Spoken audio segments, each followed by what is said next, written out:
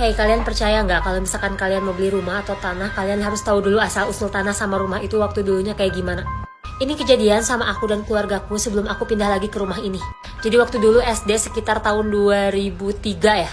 Ya 2003-2004 deh. Ibu aku beli tanah yang ada bangunan kerangka rumahnya yang udah lama gak kepake. Dan diketahui ternyata ibu aku belinya itu dari temennya. Karena dulu ibu aku adalah bidan koordinator di daerah X, jadi mungkin biar mobilisasinya lebih lancar dan cepat, jadi kita pindah ke sana. Padahal dulu di rumah ini pasiennya banyak banget dan ibu aku lagi jaya-jayanya. Nah setelah rumahnya dibangun, pindahlah kita ke sana. Rumahnya besar, nyaman, dan memang awal-awalnya nggak ada apa-apa. Tapi makin kesini, makin banyak hal-hal yang aneh. Dulu waktu kecil aku termasuk anak yang peka, jadi waktu dulu aku selalu ngerasa ditemenin sama anak kecil yang lari-lari. Kalian tahu lah ya kalau misalkan anak kecil lari-lari di lantai kayak gimana suaranya.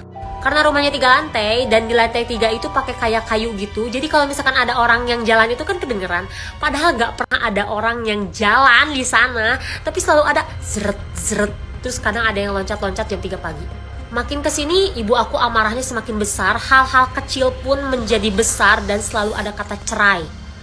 Bahkan aku yang gak pernah salah apapun, ketika pagi-pagi aku mau sekolah, ibu aku selalu marah dan selalu ada kata mati. Jadi aku tuh harus mati, kata ibu aku.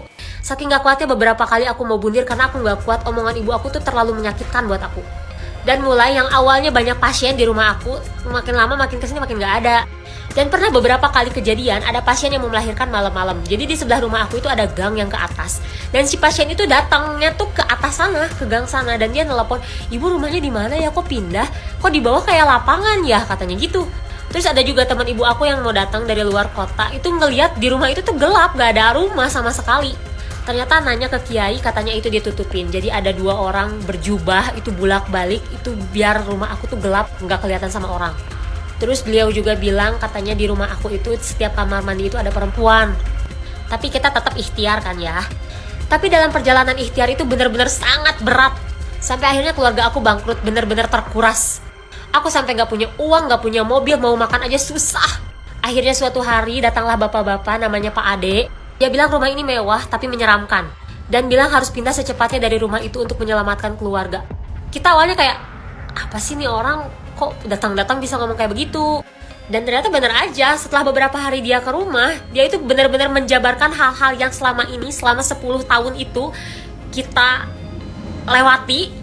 Dan akhirnya terkuak fakta bahwa tanah itu adalah tanah wakaf. Aku gak tahu asal-usulnya kayak gimana, tapi selama pembersihan beliau bilang kalau tanah ini tidak aman untuk keluarga aku. Dan yang paling mengerikan, Pak Ade itu bilang ternyata mereka itu jahat. Jadi tujuan mereka itu ingin menghancurkan semua rumah tangga keluarga aku dan ingin salah satu dari kita mati, dan itu adalah aku.